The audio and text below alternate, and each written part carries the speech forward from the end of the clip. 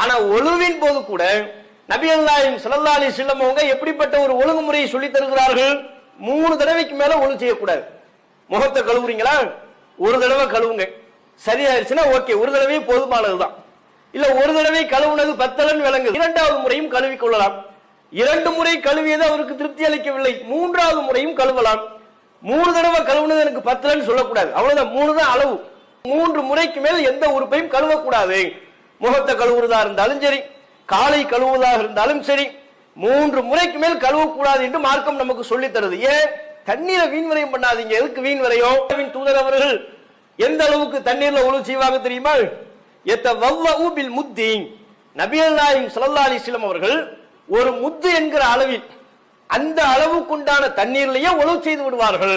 ரசூலுல்லாஹ் ஒழு செய்வதற்கு அவங்க எடுத்துக்கொள்ளக்கூடிய தண்ணீர் ஒரு முத்துங்கிற அளவுக்கு தானே.